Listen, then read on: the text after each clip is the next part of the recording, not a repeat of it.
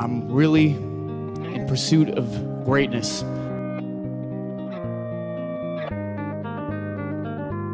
Why do we admire greatness from a distance, yet criticize anyone who dares to say they're reaching for it?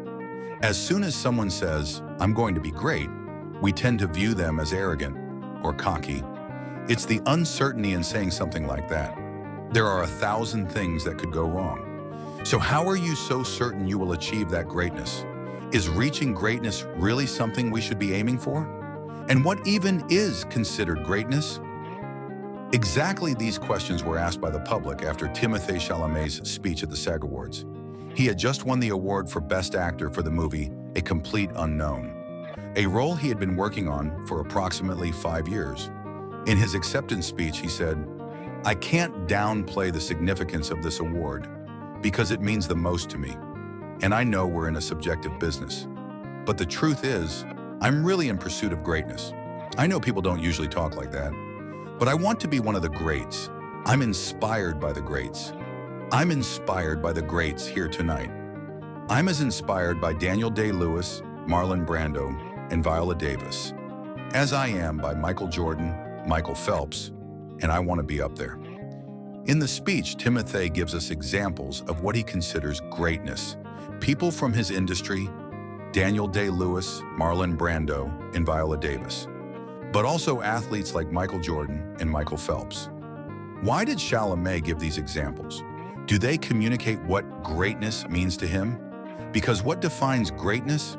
The number of awards, opportunities you get over others, or the respect from your peers? When I first heard the speech, I personally felt inspired. Maybe you had that reaction too. He recognizes greatness in others and admires them. Kind of like how some of us looked up to an older brother or sister. But the more I watched the speech and the more comments I read on social media, I could see how it could be viewed as overconfident or even narcissistic. That side showed up most clearly in an after-show interview, where it had been brought to Timothée's attention that he is the youngest Best Actor winner in SAG history, to which he responded, "Who's the second?" With a slight grin on his face. The immediate search for competition struck me as over-competitive, a common pitfall in perfectionism.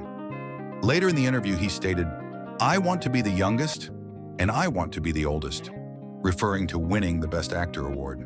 This could be viewed as ambitious or as narcissistic, wanting to be everything.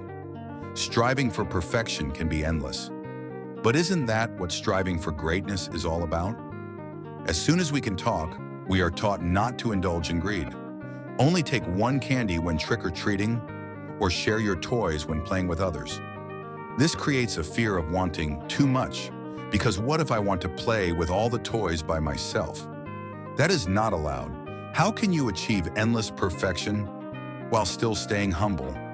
There is a fine line between confidence and arrogance. That difference lies in the humbleness of a person.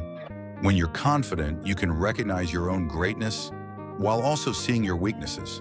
Arrogance is focusing on your strengths while ignoring your weaknesses like they don't exist.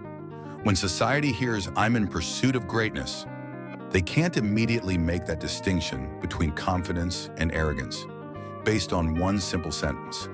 In the end, my conflicted reaction to the words "I'm in pursuit of greatness" reveals more about how we, as a society, respond to ambition than it does about the speaker himself.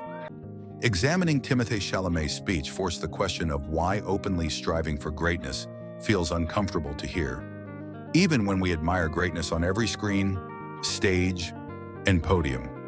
Through analyzing my own reactions, first inspired, then doubtful, and eventually reflective, I realized that the tension comes from the thin and often blurry line between confidence and arrogance. We are quick to judge ambition because we associate it with ego. Yet ambition itself is not the issue. It is the intention behind it. Feeling conflicted allows you to see both sides. The beauty of wanting to become the best version of yourself, and the danger of attaching your worth to being the greatest in the eyes of others.